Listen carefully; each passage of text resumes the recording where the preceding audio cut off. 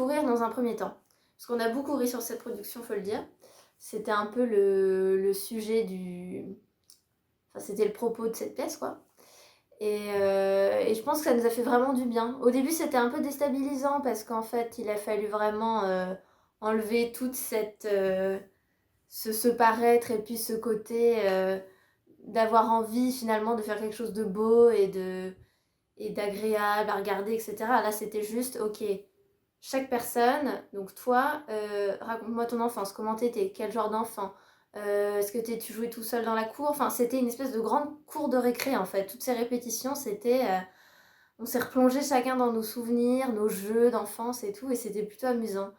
Je m'en souviens notamment d'une fois où ils nous avaient laissé 5 heures dans un studio, et en fait on était tout seul quoi, livrés à nous-mêmes, mais c'était le nous on va dire, ouais, de la primaire quoi, 7-8 ans quoi.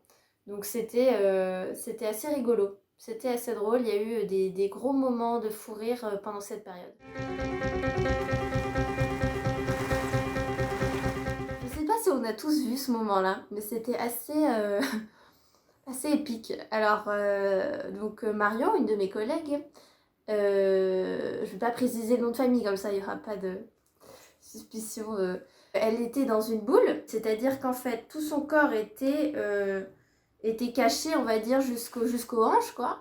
Et donc on voyait que ses jambes et elle avait des pointes aux pieds. Et donc elle faisait une traversée comme ça sur pointe. Elle, elle marchait, mais en fait elle voyait pas grand-chose parce qu'elle tenait la boule comme ça et elle voyait que par le bas comme ça.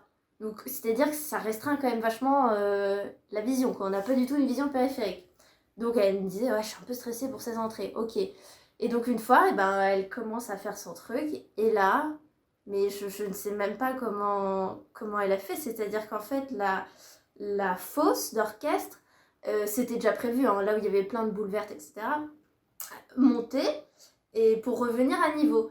Sauf que donc là, elle était basse, et pendant sa traversée, la fosse remontait. Et sauf qu'elle n'était pas tout à fait remontée quand elle est passée. Je vous laisse imaginer la suite.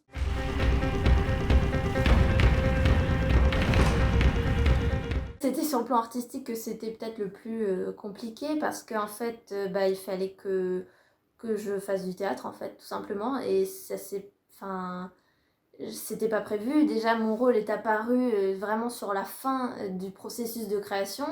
Je dirais sur la dernière semaine ou quelque chose comme ça. Donc, c'était un peu précipité, quoi. Et donc, en gros, voilà, Alexander m'a mis sur le cube et m'a dit vas-y, fais la tête que tu m'as fait en répétition, ça m'a fait rire.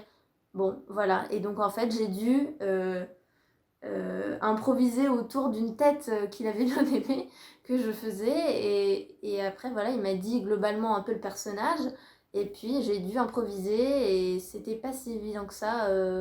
Parce qu'en fait, c'était pas de la danse, je devais vraiment improviser de manière juste théâtrale, quoi, sans parler, sans danser. Donc ça s'apparente un peu au mime, bien sûr on en a fait à l'école, mais de là à faire ça pendant 20 minutes au début, non, c'était pas évident ça. Et puis surtout lui il a vraiment insisté sur le fait qu'il voulait pas que j'essaye de faire rire. Il me dit c'est pas un spectacle, tu fais pas un one man show, en fait c'est juste que toi, sois vraiment cette personne. C'est-à-dire, il fallait vraiment que je me mette dans la peau de cette fille qui, tout d'un coup, voilà, elle est dans son monde, elle aime bien que tout soit rangé, tout est à sa place, et elle est contente dans ce milieu, quoi.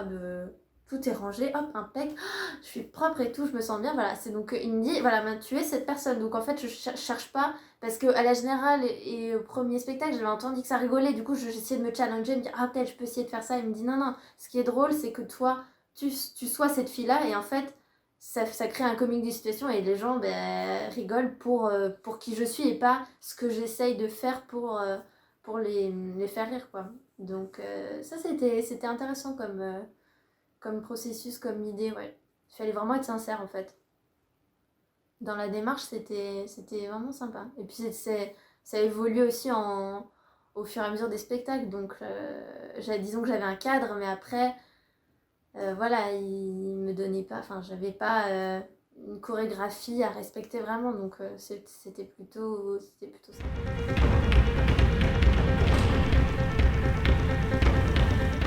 Je trouve que c'est plutôt intéressant de voir comment on se comporte face à ça. Enfin, moi je sais qu'au final je prends du temps pour faire les choses, je fais ce que j'ai envie de faire quand j'en ai envie. Je m'ennuie et du coup je deviens créative. Enfin, il y a des choses vraiment sympas qui ressortent. On prend le temps de faire les choses et des choses simples et moi j'aime bien ça.